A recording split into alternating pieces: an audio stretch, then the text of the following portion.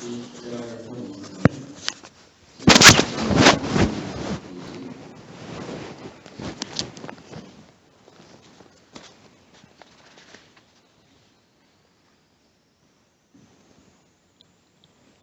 내가 새하늘과 새 땅을 보니 처음 하늘과 처음 땅이 없어졌고 바다도 다시 있지 않더라. 또 내가 보매 거룩한 성 새 예루살렘이 하나님께로부터 하늘에서 내려오니 그 주변에 것이 신부가 남편을 위하여 단장하는 것 같더라. 유스미스 목사님 나와서 설교해 주셨습니다. 많은 은혜 주십시오.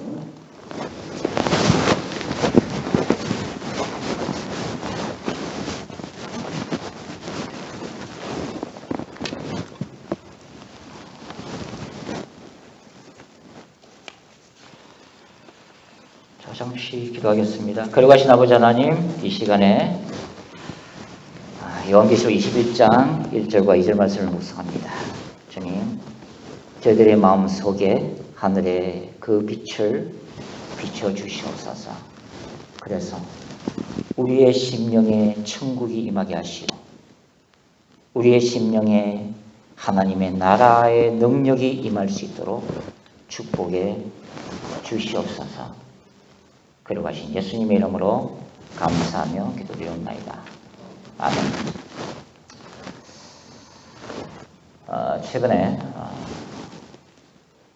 제 그 동기 목사님이 제게 그 인터넷 그 뉴스 기사를 전송을 해온 적이 있습니다. 근데 그 제목이 트럭 운전사가 된 신학자의 죽음이다 하는 그런 기사였어요. 여기서 이 돌아가신 이 기사의 주인공 목사님이 우리 동기 목사님의 가장 친한 친구였습니다. 그 사연 인적선 돌아가신 목사님이 원래는 프랑스에 그 유학을 가서 그 박사학위를 받고 귀국을 했는데 그래서 총신대학에다가 이제 교수 임용을 하려고 이력서를 내고 인터뷰를 해봤지만 뭐 돈도 없고 백도 없으니까 교수로 임용이 못 됐던 것입니다. 어떻게 해서 총신대학에 그 시간 강사 자리를 하나 얻어서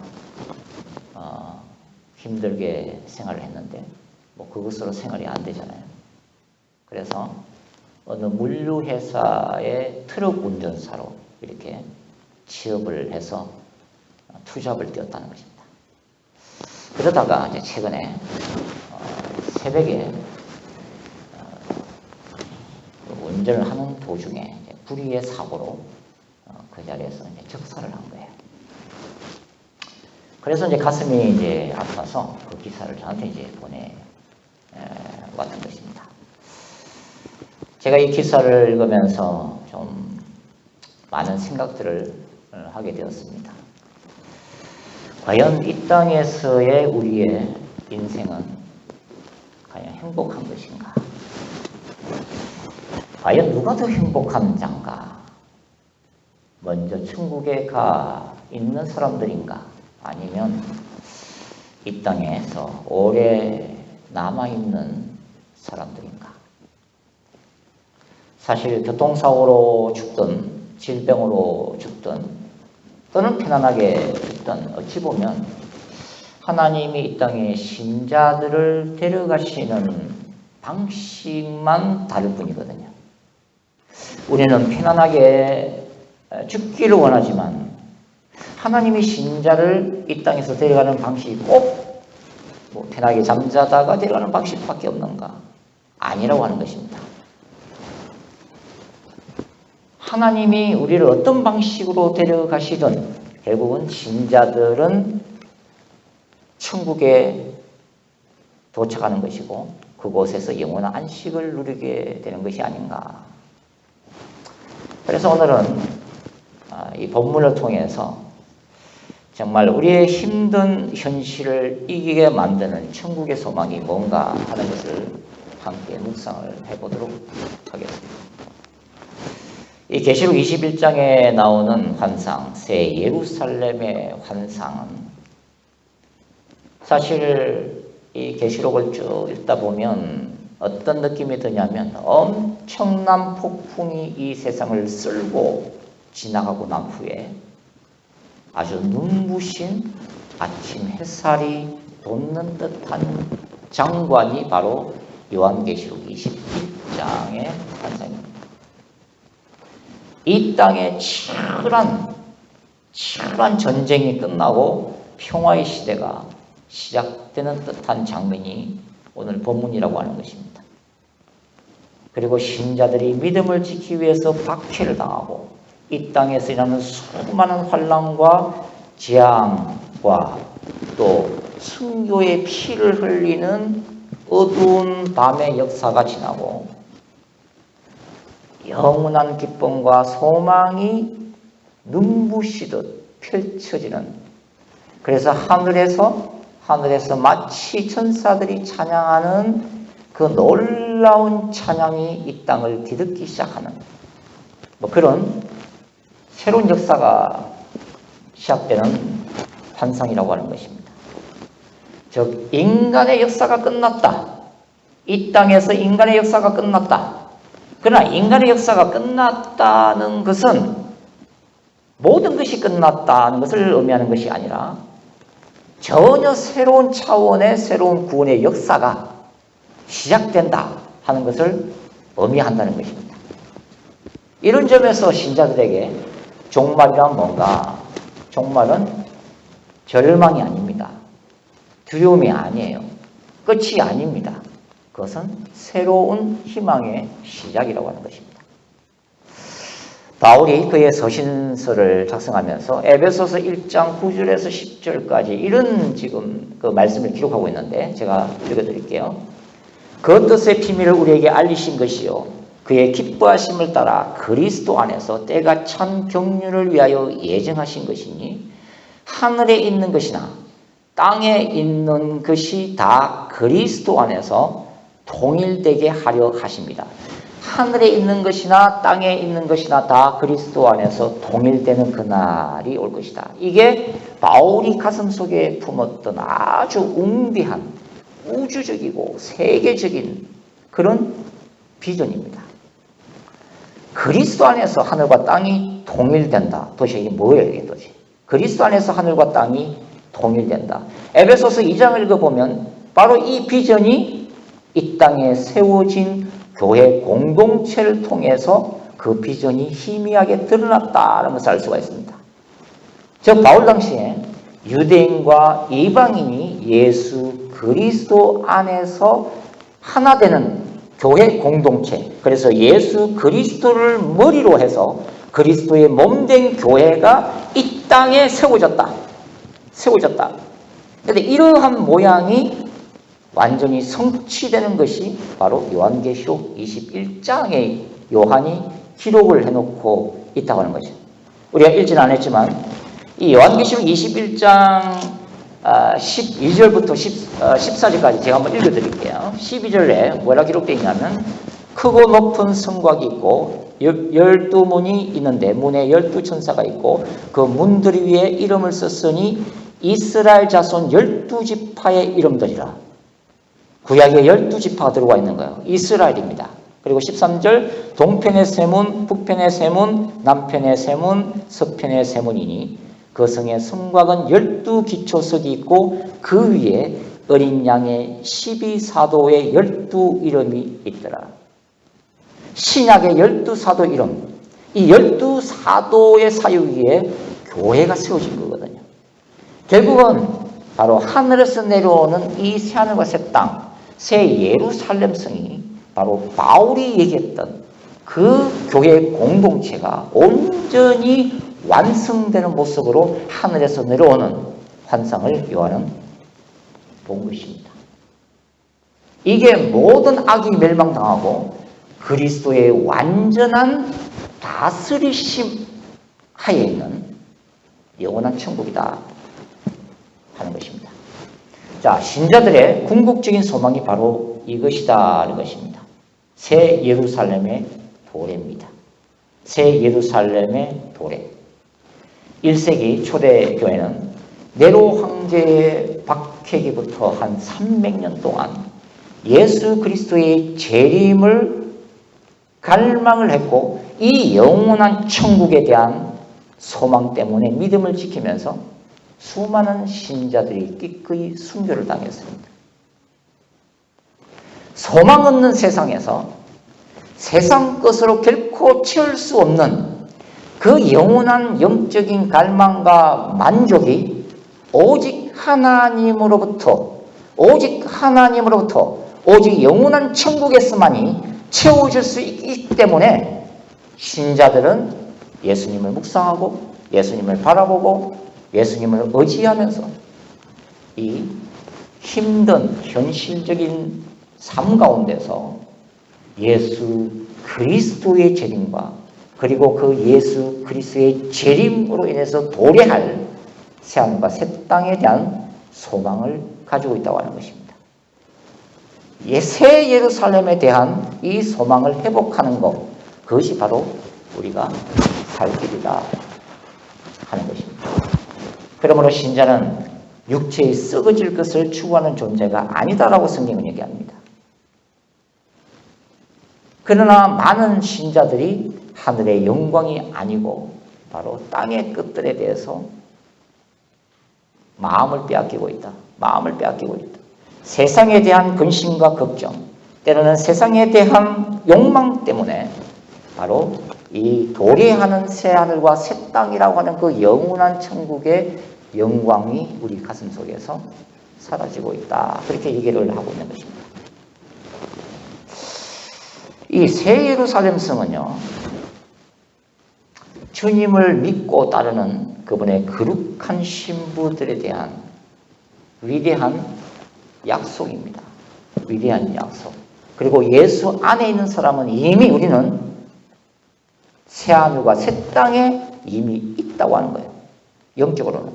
우리는 이미 영적으로는 새하늘과 새 땅에 이미 있다고 하는 것입니다. 우리는 미래에서 온 사람들이에요. 그런 의미에서 미래에서 온 사람들이에요. 우리는 이미 새하늘과 새 땅에 있는데 그 미래에 올 새하늘과 새 땅에 이미 거주하고 있는데 주님이 이 땅의 역사를 위해서 이미 있는 그 미래로부터 우리를 현재로 파송했다 이 말이에요. 이 말이 되는 거예요. 지금 제가 얘기하는 게. 우리는 미래에서 파송되었다. 오늘의 현실 속으로 파송되었다. 우리는 이미 미래에 대한 확고한 소망을 붙들고 이 땅에서 살아가고 있는 존재들이다. 우리는 미래에서부터 왔다. 우리는 새하늘과 새 땅에서 파송된 신자들이다. 우리는 새 예루살렘 성으로부터 미래로부터 현재로 파송된 사람들이다. 그게 아브라함의 믿음이었다는 것입니다. 아브라함의 믿음. 히브리서 11장이 아브라함을 어떻게 설명하는가 보세요. 그가 하나님이 능히 이삭을 죽은 자 가운데서 다시 살리실 줄로 생각한지라. 비유컨대 그를 죽은 자 가운데서 도로 받은 것이니라. 모리아 산에서 아브라함이 이삭을 바칠 때 아브라함은 어떻게 생각했어요? 내가 이삭을 죽일지라도 이삭은 이미 살아있다. 왜냐하면 죽은 자를 살리시고 없는 것을 있는 같이 부르시는 하나님이 내가 이삭을 죽일지라도 하나님이 얘를 부활시킬 것이다. 확고한 믿음이에요. 확고한 믿음. 왜냐하면 하나님이 아브라함에게 주신 언약이 있기 때문에 그 언약을 붙들고 그 믿음으로 아브라함은 나아갔다 하는 것입니다. 신자란 미래에 이루어질 약속을 확신하고 오늘의 삶 속에서 살아가는 존재들이다. 그러니까 새하늘과 새 땅, 새 예루살렘에 대한 소망은 현실적인 도피가 절대 아닙니다. 현실적인 도피도 아니고 현실을 포기하는 것도 아니고 그 궁극적인 승리를 바라보면서 오늘 우리의 삶 가운데 믿음으로 투쟁하는 영성을 반영하고 있다. 투쟁하는 영성이다 하는 거죠. 여러분, 이 요한이 기록하고 있는 말씀을 보면 그 새하늘과 새 땅에서는 바다가 사라집니다. 바다가 없어져요. 바다가 없어집니다. 이 바다를 문자적인 의미로 이해하는 것보다는 상징적 영적으로 이해하는 게 좋습니다. 구약에서 바다는 어둠의 상징이에요. 악한 권세의 상징입니다. 이사야 27장 1절 읽어드릴게요. 그날에 여호와께서 그의 견고하고 크고 강한 칼로 날쌘 리오야단 곧 꼬불꼬불한 뱀 리오야단을 벌하시며 바다에 있는 용을 죽이시리라. 이 바다가 실제적인 바다요? 아닙니다. 바다에 있는 용을 죽이시리라. 사탄을 죽일 것이다. 용은 바다에서 나오는 존재로 알려졌단 말이에요. 고대 세계에서는. 바다는 두려움의 존재예요. 어둠의 존재. 공포의 대상이었단 말입니다. 자, 요한계시록에 보면, 자, 13장 1절, 요한이 이, 것을 어떻게 재기록하고 있는가를 보세요. 내가 보니 바다에서 한 짐승이 나오는데, 뿔이 10이요, 머리가 7이라, 그 뿔에는 10 왕관이 있고, 그 머리들에는 신성 모독하는 이름들이 있더라. 적그리스도. 적그리스도가 어디서 나와요? 바다에서 나온다는 것입니다. 물리적인 바다가 아니라 어둠의 권세예요. 무지경이에요. 지옥에서 나온다 이 말입니다. 그래서 이 요한계시록 21장 바로 직전에 20장이 기록되어 있는데 그 20장에 요한이 뭐라고 기록되어 있는지를 들어보세요. 20장 13절부터 14절 바다가 그 가운데서 죽은 자들을 내주고 또 사망과 엄부도 그 가운데서 죽은 자들을 내주매 각 사람이 자기의 행위대로 심판을 받고 사망과 엄부도 불못에 던져지니 이것은 둘째 사망 곧 불못이다. 여기서 나오는 바다는요 바로 사망, 엄부와 똑같은 의미로 지금 사용되고 있다고 하는 것입니다. 무슨 얘기냐면 새하늘과 새 땅에서는 인간을 고통스럽게 하고 인간을 무너지게 만들고 인간을 눈물 나게 하고 인간을 죄짓게 만들고 인간을 타락하게 만들었던 근원인 악의 권세가 완전히 사라진다. 악의 권세가 완전히 사라진다. 다시는 인간은 죄의 유혹을 받지 않을 것이다. 죄의 유혹을 받지 않을 것이다. 그 바다는 그 사망은 그 엄부는 그 악한 권세는 어떻게 돼요? 영원한 불못에 던져지고 심판을 받는다. 멸절된다. 멸망된다.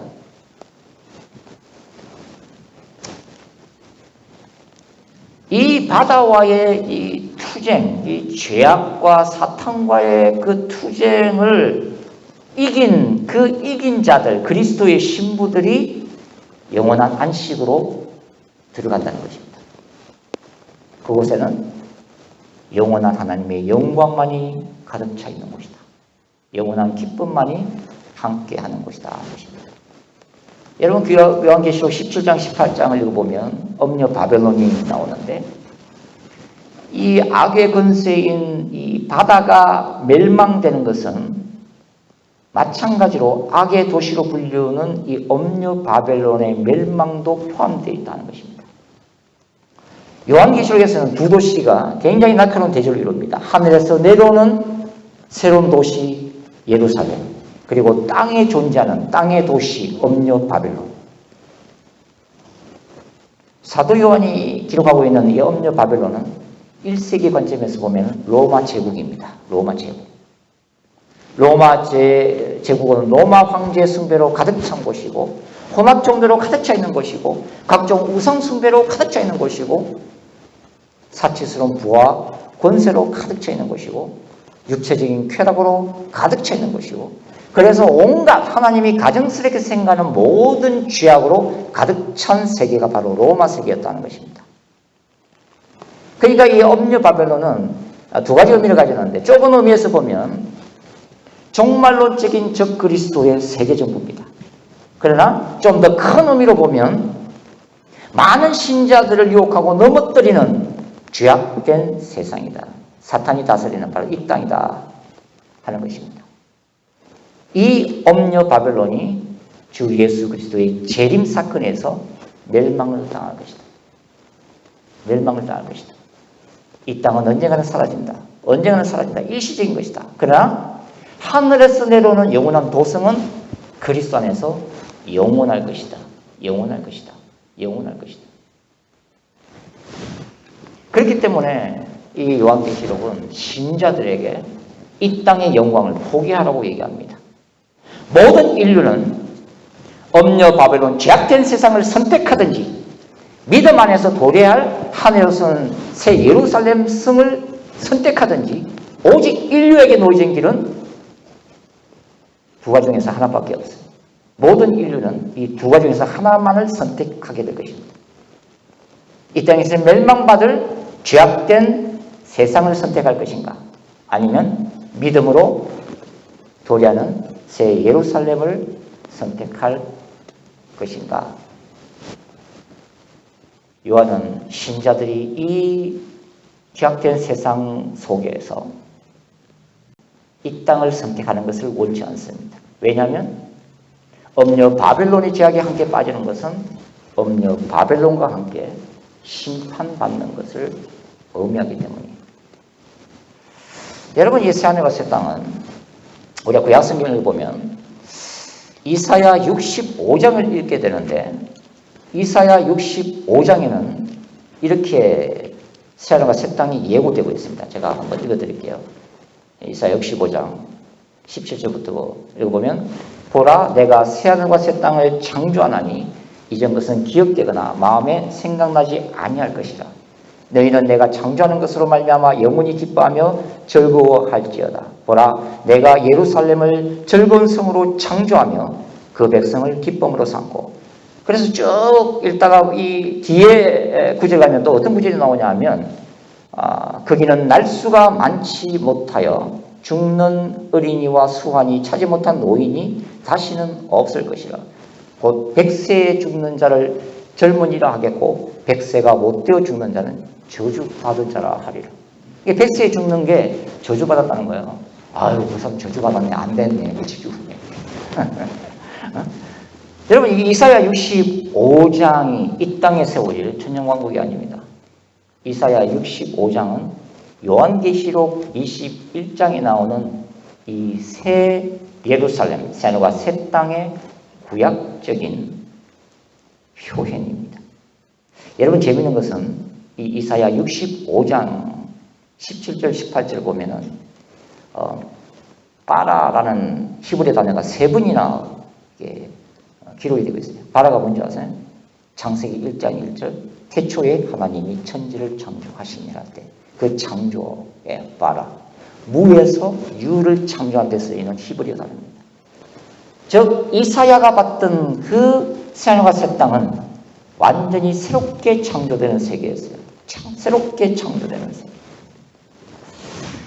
이 계시록 21장에 새하늘과 새 땅을 이렇게 이해할 때 보통 학자들은 딱 두 편으로 나뉩니다. 첫 번째가 뭐냐면 갱신설, 두 번째가 재창조설.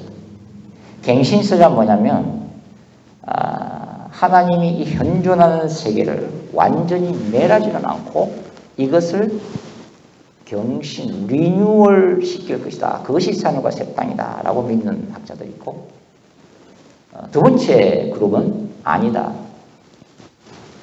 처음 하늘과 처음 땅은 완전히 없어질 것이다. 이렇게 보는 학자들이. 요즘에는 이 갱신설 쪽으로 많이 설명을 많이 합니다, 학자들은. 근데 저는 개인적으로는 재창조설을 저는 지지합니다. 재창조설.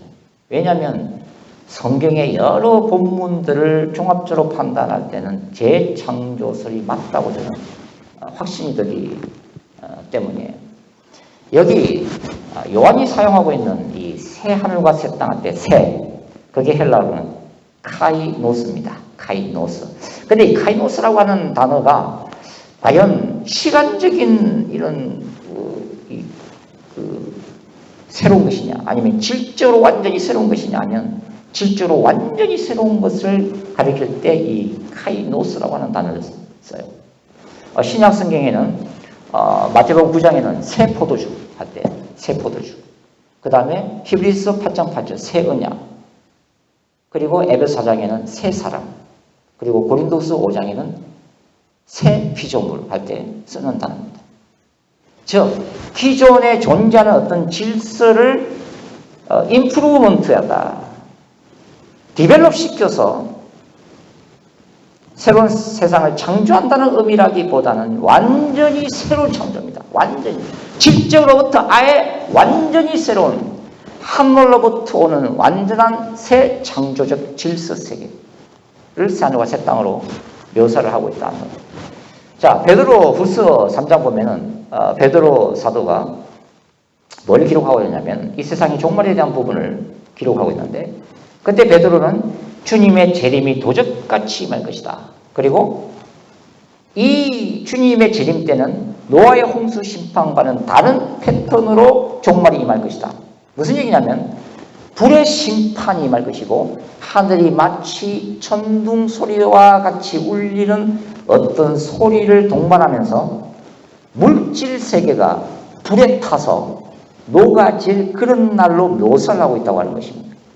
그러면서 베드로의 그 문맥은 뭐냐면 불에 타서 없어질 이 세상에 소망을 두는 것이 아니라 신자는 그리스도 안에서 도래할 우리가 새하늘과 새 땅을 바라보는도다라고 맺고 있다 이 말이에요. 근데 여기서 이 물질 세계가 뭔가, 물질 세계가 불에 탄다는 게 도대체 뭔가, 이 물질이라는 것은 스토이케이아라는 단어입니다. 이 단어는 우주를 구성하는 기본 원리. 좀 어렵나요? 하죠. 우주를 구성하는 그 기본적인 원리, 즉 원자나 원소를 얘기하는 거예요. 그런데 예수님이 재림할 때는 우주를 구성하고 있는 이 원자나 원소가 어떻게 되냐면 핵폭발을, 핵분열을 일으킨다는 거예요. To release라고 영어로 표현합니다. 방출된다. 핵분열이다. 이거는 누가 버려도 완전한 파괴입니다. 완전한 파괴. 그 존재 자체가 없습니다. 여러분 계시록 6장에는 요한 같은 경우는 어떻게 묘사를 하고 있냐면 주님이 재림하실 때 큰 지진이 난다. 엄청난 지진이 난다. 그리고 요한이 묘사하는 하늘은 뭐냐면 하늘이 마치 종이축이 말리는 것처럼, 계시계면 두루마리가 뚜루룩 하고 말리는 것처럼 말리면서 떠나간다. 이렇게 묘사를 하고 있단 말입니다. 이것은 처음 하늘의 완전 상실을 얘기하는 거예요. 이거는 갱신이 아니에요. 이거는 갱신 차원이 아닙니다. 조금 리모델링해서 파괴가 된 이 우주를 어떻게 리모델링해서 사람이 살 수 있는, 물론 하나님이 능력이 있으신 분이에요. 그분은 창조주니까. 우리가 생각하는 그런 리모델링이 아니겠죠. 말씀으로 새로운 세계를 창조하신 분이니까. 그러나 이 폐허가 된, 이 완전 폐허가 된 세계를 하나님이 다시 리모델링해서 그대로 쓰실 것인가? 그렇게 보여지지 않다라는 것입니다. 성경 여러 본문들을 면밀히 검토합니다. 그렇게 해가지고 완전히 갱신설이 잘못됐다 자각을 얘기하는 게 아니라 여러 가지 본문들을 볼 때는 제 창조설이 맞지 않는가 그렇게 생각이 든다는 것입니다. 자, 이게 세상의 종말인데, 그런데 중요한 것은 뭐냐면, 자, 물질 세계의 종말이라는 게 과연 이 땅을 살아가는 우리 신자들한테 어떤 의미를 부여하는 것이냐? 그것이 언젠가는 멸망되고 말 세상이니까, 언제나 없어질 세상이니까, 언젠가는 물질 세계가 불에 타서 멸망되니까 우리가 사는 이 현실적인 삶을 무시하라는 얘기인가? 그건 잘못된 종말이에요. 그건 성경 전체를 잘못 읽고 있다고 하는 것입니다. 우리가 살아가고 있는 이 현실적인 삶과 역사를 무시하라는 게 아니라 성경은 정반대로 얘기하고 있다는 것입니다. 정반대로. 무슨 얘기냐면 그날이 올 때까지 새하늘과 새 땅이 도래하는 그날까지 새하늘과 새 땅에 소망을 가져라. 이 땅에 소망을 두지 마라. 도래하는 새 예루살렘에 영원한 소망을 두어라. 그 소망을 가지고 어떻게 하라고요? 이 땅에서 최선을 다해서 살아. 그게 성경적인 가르침입니다.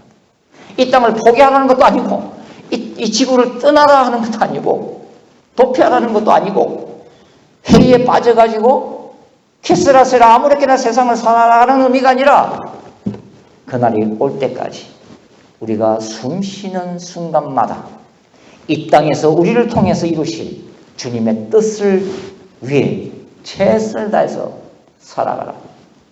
여러분, 바울이 데살로니가 전서와 후서를 쓰는데 데살로니가 전서에서 재림에 대해서 언급하니까 이 교회에서 난리가 난 거예요. 주님이 곧 그냥 한 달 뒤에 막 재림하시는 줄 알고.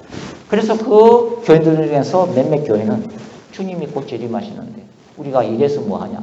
그래서 직장도 그만두고 농사도 안 짓고 장사도 안 하고, 그래서 바울이 데살로니가 후서를 보냅니다. 무슨 얘기를 하고 있냐면 그때가 아직은 아니다. 그때가 진주가 나타날 텐데 그때가 아직 아니다.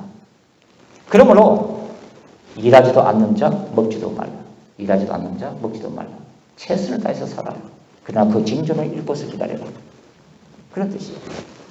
결국은 신자들의 궁극적인 희망은 새하늘과 새 예루살렘, 새하늘과 새 땅, 그 새 예루살렘에서 주님과 함께 시작될 그 영원한 삶에 우리의 소망이 있습니다. 그러나 그 새 예루살렘에 들어갈 수 있는 그 기초는 바로 오늘 우리의 삶이다. 이 지구에서의 짧은 삶이 바로 새하늘과 새 땅을 준비하는 중요한 삶이 된다. 그 하나님, 도래하시는 다시 오시는 하나님을 성실하게 이 땅에서 준비해야 한다. 그래서 철학자 스피노자의 말이 맞는 거예요. 굉장히 성경적인 거예요. 내일 세상의 종말이 온다 할지라도 나는 오늘 한 그루의 사과 나무를 심겠습니다. 굉장히 성경적인 그런 표현이라고 하는 것입니다. 자, 새 예루살렘 성이 오늘 성경 보면 어디서 내려오는가? 하늘에서 내려옵니다. 하늘에서 내려옵니다. 굉장히 중요한 개념이에요. 제가 간단하게 이제 말씀을 드리도록 하겠습니다. 새 예루살렘 성은 이 땅에서 만들어지는 것이 아니라 하나님으로부터 하늘에서 새 예루살렘이 내려옵니다. 무슨 얘기를 하냐면 이 땅의 많은 인간들은 이 땅에서 유토피아를 건설하기 위해서 몸부림을 쳤습니다. 그것이 창세기로부터 현재까지 모든 인간의 역사입니다. 성경 역사입니다. 죄악 가운데 하나님을 대적하면서 이 땅에 바벨탑을 쌓는 역사, 그리고 하나님이 허락하신 인간의 문명 세계를 구축하면서 그 하나님이 허락하신 과학기술과 문명을 통해서 하나님을 경외하는 것이 아니라 어떻게 했어요? 거꾸로 하나님을 대적하면서 하나님 없는 세계를 구축해 왔다 이 말입니다. 그게 인간들의 역사예요. 그게 인간들의 역사다. 인간이 하나님의 속박에서 벗어나서 인간 스스로가 과학과 문명과 모든 뉴에이지 운동이나 또는 도를 통해서 수도를 통해서 스스로 신이 되어서 바로 이 땅에서 영원한 지상왕국, 인간이 왕이 되고 인간이 신이 되는 그런 세상을 꿈꿔왔다. 그게 적그리스도의 세계예요. 적그리스도의 세계. 그러나 성경은 천국은 이 땅에서 만들어지는 것이 아니다. 이 땅의 지상에서 유토피아가 세워지는 것이 아니다. 그 영원한 천국은 하늘에서 내려온다. 하늘에서 내려온다. 이미 새 예루살렘은 하늘에서 예비되어 있고 때가 되면 내려올 거예요. 예수 그리스도의 재림의 날에 예비된 새하늘과 새 땅은 내려올 것입니다.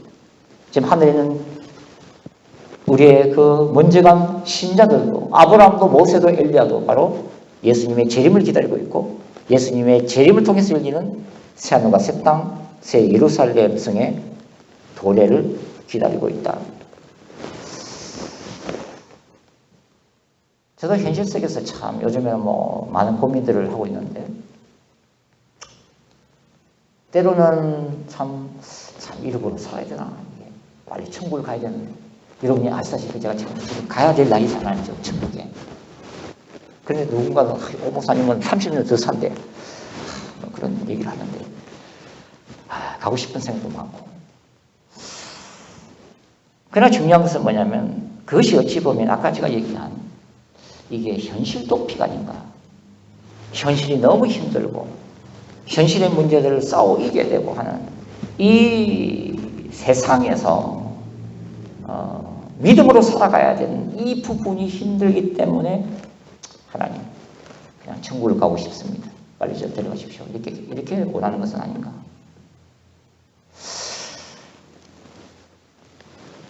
하나님 앞에서 기도하면서 그런 이제 제가 기도를 했는데 주님 이 부족한 저에게 하늘의 영광을 한 번만이라도 좀 보여주십시오. 하늘의 영광. 새 예루살렘의 그 영광. 그 천국의 놀라운 영광을 저한테 보여주십시오. 그래서 그 천국의 영광에 사로잡혀서 이 땅을 믿음으로 승리할 수 있도록 축복해 주시옵소서. 그 영원한 새하늘과 새 땅의 능력으로 이 땅을 주님의 뜻대로 살아갈 수 있도록 저를 축복해 주십시오. 정말 우리가 이 새하늘과 새 땅의 영광을 그 영광의 빛을 정말 조금이라도 맛볼 수만 있다면 이 땅의 현실이 그렇게 커 보이지는 않을 것 같다는 생각이 드는 거예요. 우리가 고민하고 우리가 힘들어하고 우리가 눈물 흘리고 넘어지고 자빠지고 상처 때문에 주고받는 이 모든 것들이 정말 그 영원한 천국의 영광을 한 모금만이라도 우리가 마실 수만 있다면, 조금이라도 그 빛을 볼 수만 있다면 이 땅이 얼마나 부질없고 우리가 몸부림치고 쌓고 만들고 하려고 하는 이 모든 것들이 하나님의 그 영광 앞에서 얼마나 부질없는 것인가 하는 걸 깨닫게 될 것 같다는 생각입니다. 우리가 고민하는 것이 우리가 미래적 새하늘과 새 땅에서 바라보면 아무것도 아닌데 새하늘과 새 땅이 만져지지도 않고 체험도 안 되고 느껴지지도 않으니까 이 땅에 고통받는 일들이 그렇게 엄청나게 커 보이고 도저히 우리가 넘을 수 없는 태산처럼 보이고 우리가 도무지 건널 수 없는 강처럼 보이고 그래서 좌절하고 절망하고 때로 믿음을 잃어버리고 넘어져 있는 게 아닌가 그런 생각이 든단 말입니다. 주님은 우리에게 다시 이제 말씀을 보라고 합니다. 나는 너희들 항상 얘기를 하고 있다. 말씀을 통해서 나는 항상 너희들한테 말씀하고 있다. 내가 새하늘과 새 땅을 믿음을 통해서 너희한테 보여줄 것이다. 말씀을 통해서 열어줄 것이다. 그래서 눈물 나고 고통받고 절망으로 가득 찬 이 세상 가운데 여전히 우리를 넘어지게 하는 그 죄악과 싸우고 우리를 여전히 넘어지게 만드는 그 사단의 근세와 싸우면서 승리하고 내 나라에 들어와라. 내 나라에 들어와라. 내 나라에 들어와라. 여러분 창세기 1장 1절이 태초에 하나님이 천지를 창조하시니라 이렇게 시작합니다. 성경. 그리고 요한계시록 이 21장 1절이 또 내가 새하늘과 새 땅을 보니 처음 하늘과 처음 땅이 없어졌고 바다도 다시 있지 않더라. 처음 하늘과 땅을 창조하신 하나님 그리고 새하늘과 새 땅을 창조하실 하나님으로 끝난단 말이에요. 성경 전체. 하나님이 이 천지를 창조하시고 그 영원전에 홀로 계셨던 하나님이 시간과 공간을 만드는 역사입니다. 역사. 그리고 그 역사 속으로 뛰어드신 거예요. 하나님이. 그리고 이 역사 속에서 믿음으로 자신의 신부들을 준비하십니다. 예수 그리스도죠. 그리고 그분이 다시 오신대요. 다시 오셔서 이 시간과 공간 속에서 죄악과 사탄의 근세 가운데 피눈물을 흘릴 수밖에 없는 그분의 신자들을 붙들고 어디로 들어가? 다시 영혼으로 들어간다. 다시. 그게 새하늘과 새 땅입니다.